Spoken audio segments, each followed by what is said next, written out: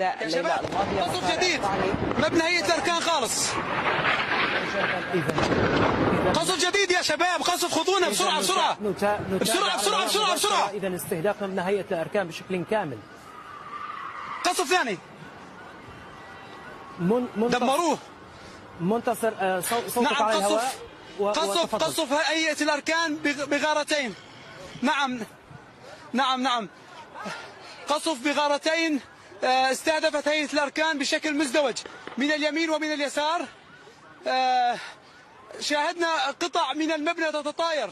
حقيقة على ما يبدو أن المبنى قد تعرض لأضرار كبيرة جدا. الصورة واضحة لديكم.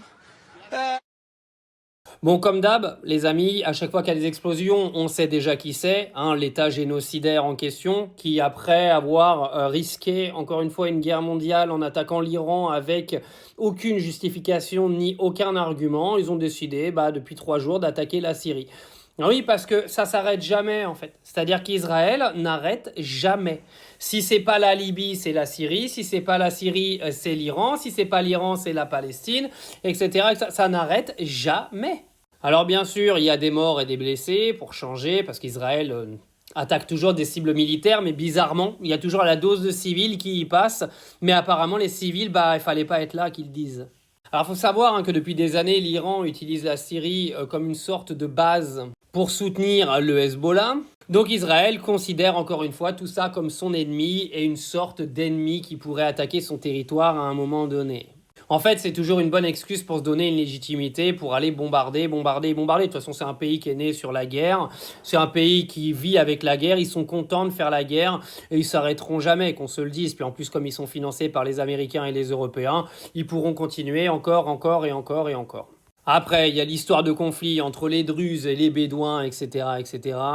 Faut savoir que depuis la mort de Bachar al-Assad, la Syrie est en train de faire une réorganisation politique totale. Il y a quand même des déséquilibres, il y a quand même une sorte de terrain vague qui n'a toujours pas été exploité. Et Israël, naturellement, profite de tout ce flou pour foutre le bordel. De toute façon, c'est sa spécialité. En gros, Israël attaque pour dire « Attention, attention les gars, vous ne refaites pas une alliance avec l'Iran parce que sinon, ça va pas le faire. » Mais apparemment, également, Israël est protecteur des Druzes syriens. Ouais, parce qu'Israël, en plus, c'est des Joséphine Ange Gardien. Encore une fois, ils se donnent une légitimité à faire passer les autres pour les coupables et eux pour des victimes.